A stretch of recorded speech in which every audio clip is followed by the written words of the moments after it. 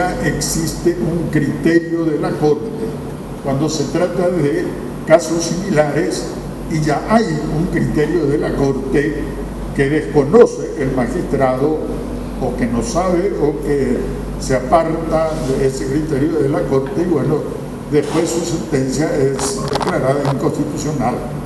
Ahí no hay hecho punible, algo que sea más. Hay algunos incisos bastante delicados como este, mostrar manifiesta parcialidad o ignorancia de las leyes reveladas en juicio, lo cual es bastante difícil porque especialmente en cuanto a que el jurado aprecie esa ignorancia de las leyes reveladas en juicio, es una cuestión muy peligrosa, habiendo 4 integrantes con un origen político partidario. Bueno, y a mi criterio tendría que haber, por ejemplo, si se trata de un juez que dicta, un juez de primera instancia, que dicta sentencias que luego son anuladas por un tribunal de apelación, y ese tribunal de apelación dice que hubo errores importantes al dictar la sentencia, pero no que el jurado aprecie, porque eso es muy peligroso. También esto sirve, lo del inciso, y también para incumplir con disposiciones administrativas o instructivas de la Corte Suprema de Justicia, de la Fiscalía General, de la Defensoría General. Disposiciones administrativas o instructivas, por ejemplo, en cuanto a horario de asistencia, en cuanto a otros aspectos de carácter administrativo, y que no se cumpla lo que dicen las cabezas, ¿verdad?, de las que están mencionadas allí, eso sería también mal desempeño de funciones. Bueno, en el inciso J, aquí hay algo, un caso que indica claramente lo que es el mal desempeño de funciones: frecuentar y participar reiteradas veces en juegos de azar en lugares públicos. No puede ser un magistrado judicial, un agente fiscal, un defensor público, no se puede ir a un casino con frecuencia a jugar, y eso está mal. No hay nadie que le guste el juego. Ludopatía. ¿Sí? Dice frecuentemente, una sola vez se puede ir. No, por eso dice reiteradas veces. El problema es desde cuándo la apreciación de cuándo se dan las reiteradas veces depende del jurado. Apreciar eso, si tiene que ser 2, 3, 10, ya es una cuestión de apreciación del jurado. Bueno, pero ven ustedes, no es un hecho punible. Cualquiera de nosotros se puede ir a un casino a jugar, ¿verdad? No es hecho punible, pero sin embargo por el cargo no pueden realizar estas actividades los que están afectados por esta disposición.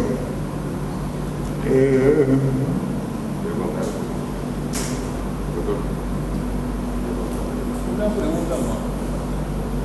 Yo conozco una acción de inconstitucionalidad que habla sobre el famoso interés moratorio no laboral, donde según la sala de una apelación se anuló la prueba de sentencia. Después de 2 meses,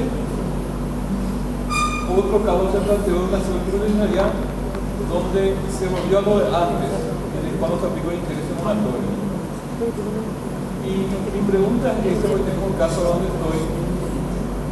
Baja la primera acción de inconstitucionalidad donde dice que donde el camarito Jens Floyd siempre hay un criterio que tiene que ser de acuerdo desde el momento de la sentencia que tiene, ahí es que se puede tener un moratorio. Y él va a resolver esa solemnidad, porque pasó de segunda sala a la primera sala, va a resolver sobre eso. Pero todos los miembros, como hay otra sentencia que fue dictada después, donde dice que se va a lo antiguo, que es el inicio de la demanda, ¿cómo se resuelve eso al final?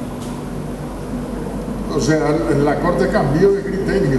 Y eso es decir, los mismos originales que estaban dijeron esto es. O sea, después de la segunda asociación se inhibieron un montón, se creó otro grupo y cambió de criterio. ¿Cuál de los dos usar al final? No, el último que esté vigente, ese es el que tiene que tenerse en cuenta, tenerse en cuenta, porque si no, las siguientes sentencias van a ser declaradas inconstitucionales. El último criterio que sostenga la Corte es el que se tiene que tener. Aunque no hayan sido los mismos originales, los mismos originales dijeron que acá tiene que ser. Cuando después de 2 o 3 meses hubo la otra acción, no son los mismos originales de la sala, sino que se inhibieron y se juntaron. Un grupo se juntaron, quieren antigrar, y ellos dijeron otra cosa. La Corte a veces tiene esas cuestiones, ¿verdad? Que de repente tiene 2 criterios y que los dos están funcionando, y son criterios a veces diferentes, justamente por la integración, por el hecho de inhibición e integración. La Corte de repente tiene 2 criterios sobre un asunto. Bueno, eso en primer lugar es una cuestión de un mal funcionamiento de la Corte, ¿verdad? Porque allí la Corte tendría que hacer un fallo del Pleno de la Corte y resolver, dar una opinión definitiva que se mantenga. ¿Ya? Tendría que actuar así, pero ocurre eso de que a veces hay criterios diferentes. Tendría que llevarse al Pleno de la Corte, y en un caso en que no haya inhibiciones, sino que estén los 8 de los 9 miembros naturales de la Corte y resuelvan un caso y bueno, sienten un criterio, el criterio de la Corte Suprema. Ocurre eso así cuando se integra de repente con miembros del Tribunal de Apelación, que de repente se resuelve de una forma distinta a la que resuelven los miembros naturales. Bueno, pero eso, una situación así como esa, ¿no puedo denunciar por mal desempeño a eso que hicieron? Bueno, pero eso sería otra cosa. Aquí se aplicaría, yo pasé eso para no complicar, pero se tiene que aplicar esto. El jurado evaluará los antecedentes de cada caso. Es decir, el jurado, si sabe que existe esos criterios variables en la Corte, pues entonces, claro, no tiene que tener en cuenta si se han declarado dos sentencias que han sido declaradas inconstitucionales. Ahí tiene que apreciar el jurado esa situación, tomar conocimiento de eso, que ha habido variación, y bueno, y a eso se debe, digamos, el que se haya declarado la inconstitucionalidad de la sentencia.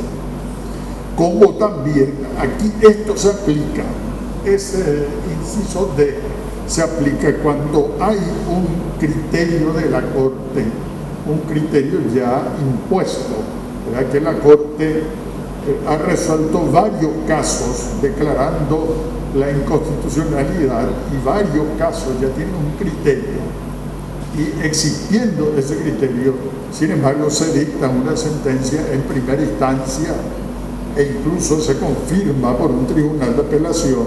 Bueno, eso es lo que tiene que tomarse como mal desempeño de funciones, ¿verdad? Las situaciones en que ya hay un criterio establecido por la Corte Suprema, no situaciones así como esa, o situaciones nuevas, por ejemplo, casos nuevos en que la Corte resuelve por primera vez, resuelve una cuestión, nadie sabe entonces el criterio de la Corte, ¿verdad? Y luego repite otra vez, supongamos, que haya ya 2 sentencias dictadas en primera instancia, pero sobre casos nuevos, eso no se tiene que tomar en cuenta. Por eso, para eso está esa última parte, esto, el dejar la evaluación en manos del jurado. Bueno, con esto creo que hay ya una idea de lo que es mal desempeño de funciones. Aquí, por ejemplo, está la letra N, faltar injustificadamente al despacho o abandonarlo sin causa justificada en los días y horas establecidos por la institución respectiva. Aquí, ven ustedes, no hay hecho punible, sino una conducta que no constituye hecho punible, pero sí es mal desempeño de funciones.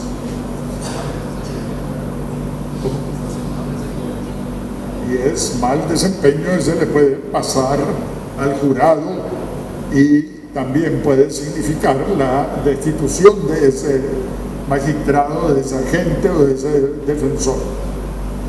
Bueno, vamos a pasar esto, también recibir dádivas.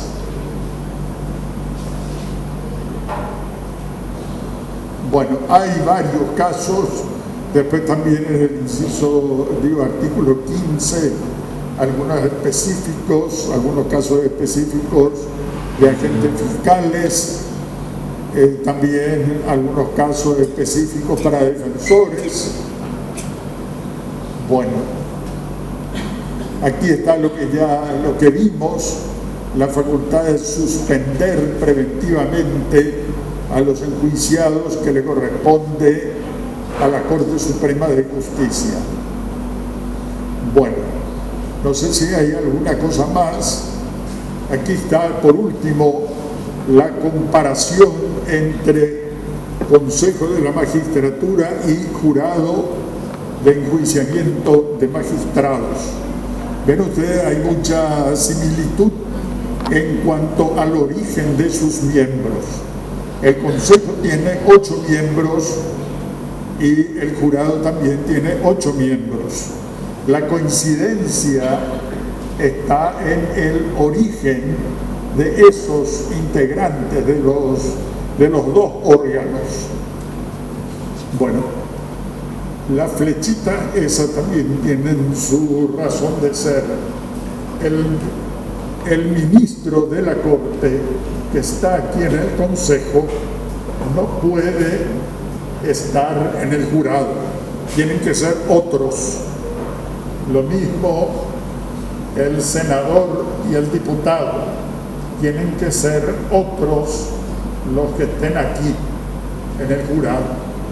De manera que estos 2 del Consejo que vienen del Consejo de la Magistratura tienen que ser elegidos entre estos 5.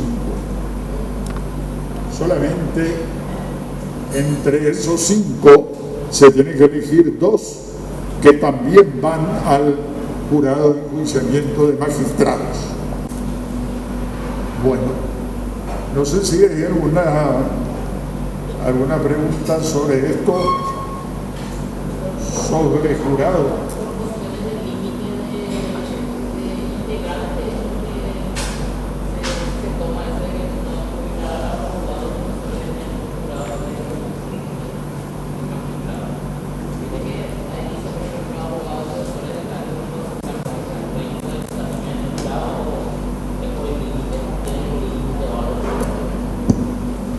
Precisamente son los que pueden estar. Lo que estoy diciendo es, el ministro que está aquí como miembro del Consejo no puede estar aquí. Tienen que ser